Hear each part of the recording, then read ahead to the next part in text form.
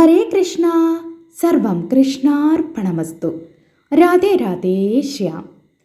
ഏവർക്കും പ്രാണവൃന്ദാവനിലേക്ക് സ്വാഗതം.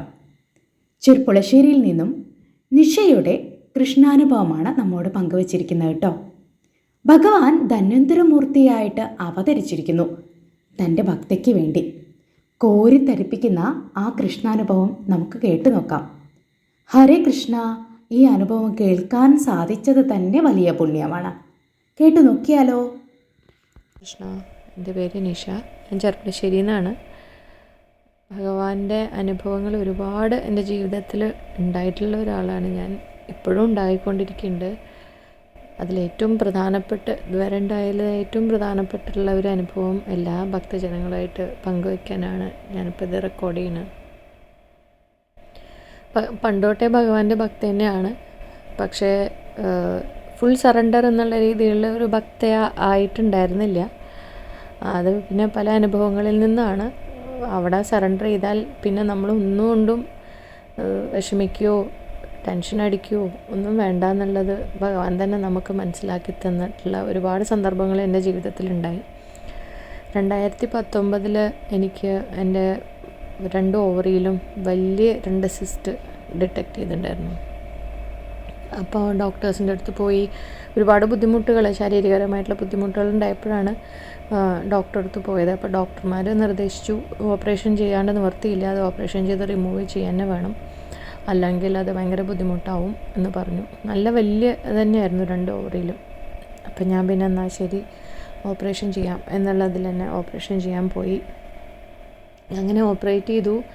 സിസ്റ്റുകൾ 2 റിമൂവ് ചെയ്തു. പക്ഷേ ഡോക്ടർ പറഞ്ഞു ഇത് എൻഡോമെട്രിയോസിസ് എന്ന് പറഞ്ഞുള്ള ഒരു ഇതാണ്, അതുകൊണ്ട് ഇനിയും സിസ്റ്റുകൾ ഇതുപോലെ തന്നെ വരാനുള്ള ചാൻസസ് ഉണ്ട്, ഓവറി റിമൂവ് ചെയ്തിട്ടില്ല. അങ്ങനെ പറഞ്ഞിട്ടാണ് വിട്ടത്. പിന്നെ മരുന്നുകൾ തന്നിട്ടുണ്ടായിരുന്നു, അതൊക്കെ കഴിക്കണ്ടായിരുന്നു. അപ്പോൾ കുറച്ച് കാലത്തേക്ക് പ്രശ്നമൊന്നും ഉണ്ടായിരുന്നില്ല. അതിൻ്റെ ഇടയ്ക്കാണ് എനിക്ക് ഭഗവാന്റെ അമൂല്യരത്നമായിട്ടുള്ള നാരായണീയം പഠിക്കാനുള്ള ഒരു സന്ദർഭം ഭഗവാനായിട്ട് തന്നെ എനിക്ക് കൊണ്ടുവന്ന് തന്നു. അങ്ങനെ ഞാൻ പാലക്കാടുള്ള നാരായണീയ ആശ്രമത്തിലെ അമ്മയുടെ കീഴിൽ നാരായണീയം പഠിക്കാൻ ഉള്ള ഒരു അവസരം എനിക്ക് ഭഗവാൻ തന്നു. അങ്ങനെ അത് പഠിച്ചു കൊണ്ടിരുന്നു. അങ്ങനെ 1-2 വർഷം കഴിഞ്ഞപ്പോൾ വീണ്ടും സിസ്റ്റ് വന്നു, അതിൻ്റെ ബുദ്ധിമുട്ടുകൾ തുടങ്ങി. അപ്പോൾ ഞാൻ വീണ്ടും ഡോക്ടറെ അടുത്ത് പോയപ്പോൾ പറഞ്ഞു ഒരു 6 ഇഞ്ച് വലുപ്പത്തിൽ വീണ്ടും സിസ്റ്റ് വന്നിട്ടുണ്ട്, അത് റിമൂവ് ചെയ്യേണ്ടി വരും, മിക്കവാറും വീണ്ടും ഓപ്പറേഷൻ തന്നെ നിവർത്തിയുള്ളൂ, അല്ലാണ്ട് മരുന്നെല്ലാം അത് പോകാനുള്ള ചാൻസസ് കാണുന്നില്ല എന്ന് പറഞ്ഞു. എന്തായാലും ഒന്നും കൂടി സ്കാനിങ് ചെയ്തിട്ട് നമുക്ക് കൺഫേം ചെയ്യാമെന്ന് പറഞ്ഞു. അങ്ങനെ കുറച്ച് മരുന്നുകളും ഒക്കെ തന്നിട്ടുണ്ടായിരുന്നു. പിന്നെ ഞാൻ ആ മരുന്നുകൾ കഴിക്കാൻ തുടങ്ങിയോടുകൂടി എനിക്ക് ഭയങ്കര ബുദ്ധിമുട്ടുകൾ, പറഞ്ഞറിയിക്കാൻ പറ്റാത്തതായിട്ടുള്ള കുറേ ബുദ്ധിമുട്ടുകൾ. അങ്ങനെ ഞാൻ പിന്നെ ഒരു നിവർത്തിയില്ല. പിന്നെ ഭഗവാന്റെ അടുത്ത് ഞാൻ പറഞ്ഞു, ഭഗവാനെ എനിക്ക് ഈ മരുന്നുകൾ കഴിക്കാൻ ഇനി കഴിച്ചാൽ ഞാൻ ശരിക്കും കുഴപ്പമില്ലാവും, എനിക്ക് വയ്യാണ്ടാവും, അതുകൊണ്ട് ഞാൻ ഈ മരുന്നൊക്കെ നിർത്താൻ കേട്ടോ. ഞാൻ ഭഗവാന്റെ നാരായണീയം ഒരു മുടക്കവും വരാണ്ട് 2 ദശകവും ഭഗവാന്റെ കേശാദിപാദവും ചൊല്ലിയിട്ട് ഒരു മുടക്കവും വരാണ്ട്, ഒരു ദിവസം പോലും മുടക്കാണ്ട് ഞാൻ 100 ദശകം ചൊല്ലി തീർക്കാം.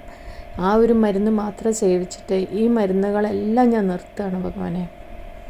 എനിക്ക് എങ്ങനെയെങ്കിലും ഇതൊന്ന് മാറ്റിത്തരണം. കാരണം ഇനിയൊരു ഓപ്പറേഷൻ എന്ന് പറയണത്, എനിക്ക് അമ്മ മരിച്ചിരിക്കണം, അപ്പോൾ കൂടെ നിൽക്കാൻ ആരില്ല. അപ്പോൾ നാട്ടിൽ പോയാൽ വീണ്ടും ഞാൻ പോയി വഴികളിലൂടെ വീണ്ടും പോകേണ്ടി വരും, വേദനകൾ എല്ലാം സഹിച്ച് ആളില്ല എന്ന അവസ്ഥ. അപ്പോൾ അതൊക്കെ ചെയ്യേണ്ടി വരും. അപ്പോൾ ഭഗവാനല്ലാണ്ട് എനിക്ക് വേറൊരു ആശ്രയമില്ല. അപ്പോൾ ഭഗവാൻ ഇത് എങ്ങനെയെങ്കിലും ഇതൊന്ന് എന്നെ ഒന്ന് രക്ഷിച്ച് തരണേ ഭഗവാനെ, ഞാൻ ഈ പറഞ്ഞ വാക്ക് പാലിച്ച് ഞാനത് ചെയ്തോളാം എന്ന് ഭഗവാനോട് ഞാൻ അങ്ങോട്ട് അപേക്ഷിച്ചു എന്ന് പറയാം. അങ്ങനെ അപേക്ഷിച്ച് അത് ചെല്ലാൻ തുടങ്ങി. എല്ലാ ദിവസവും രാവിലെ കുളിച്ച് 2 ദശകം നാരായണീയം കേശാദിപാദം ചൊല്ലും. അതിൻ്റെ ഇടയ്ക്ക് അല്ലാണ്ടുള്ള നാമങ്ങളൊക്കെ ചെല്ലാറുണ്ട്. ഇതൊരു മുടക്കും വരുത്താണ്ട് ഞാൻ ചെയ്തു. പിന്നെ 94ാമത്തെ ദശകം വന്നപ്പോൾ വീണ്ടും അടുത്ത സ്കാനിങ്ങിനുള്ള ഡേറ്റായി.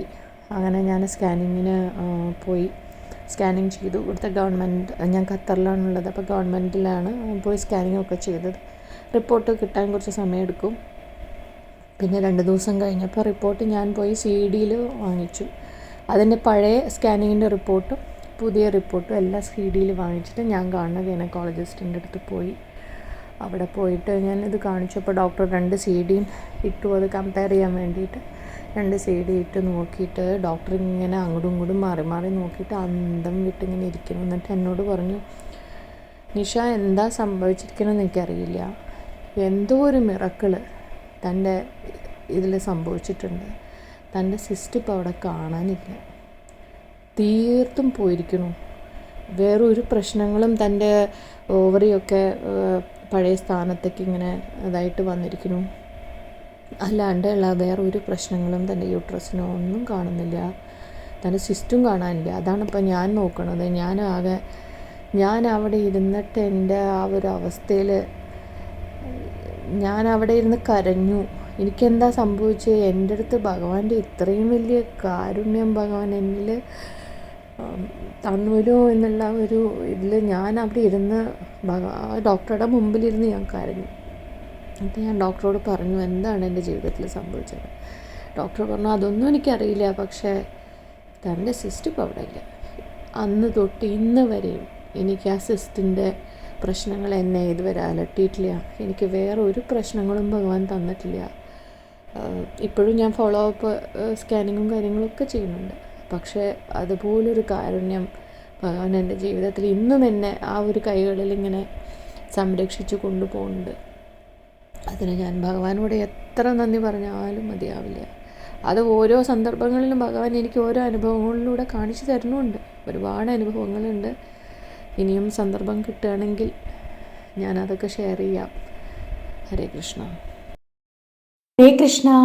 ഓരോ ദിവസവും ഭഗവാന്റെ കഥകൾ നമ്മളെ അത്ഭുതപ്പെടുത്തിക്കൊണ്ടിരിക്കുകയാണ്. തീർച്ചയായിട്ടും ഭഗവാനെ മുറുകെ പിടിക്കുക. പരീക്ഷണങ്ങളുണ്ടാവും, അതിനെല്ലാം അതിജീവിച്ചുകൊണ്ട് മുന്നോട്ട് പോകാൻ എല്ലാവർക്കും സാധിക്കട്ടെ. ഇത്തരത്തിലുള്ള കൃഷ്ണാനുഭവങ്ങൾ നിങ്ങൾക്കും ഷെയർ ചെയ്യാം.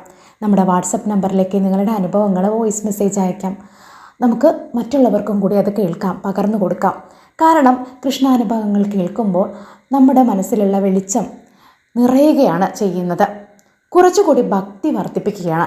നാം പോലും അറിയാതെ നമ്മൾ ചെയ്യുന്ന വലിയൊരു പുണ്യമാണ് ഇത്തരത്തിലുള്ള ഭഗവാന്റെ അനുഭവങ്ങൾ പങ്കുവയ്ക്കുന്നതിലൂടെ മറ്റുള്ളവരുടെ മനസ്സിലും പ്രകാശം നിറയ്ക്കുക എന്നുള്ളത്. തീർച്ചയായിട്ടും ഭഗവാന്റെ അനുഭവങ്ങൾ പറയാൻ മടി കാണിക്കരുതേ.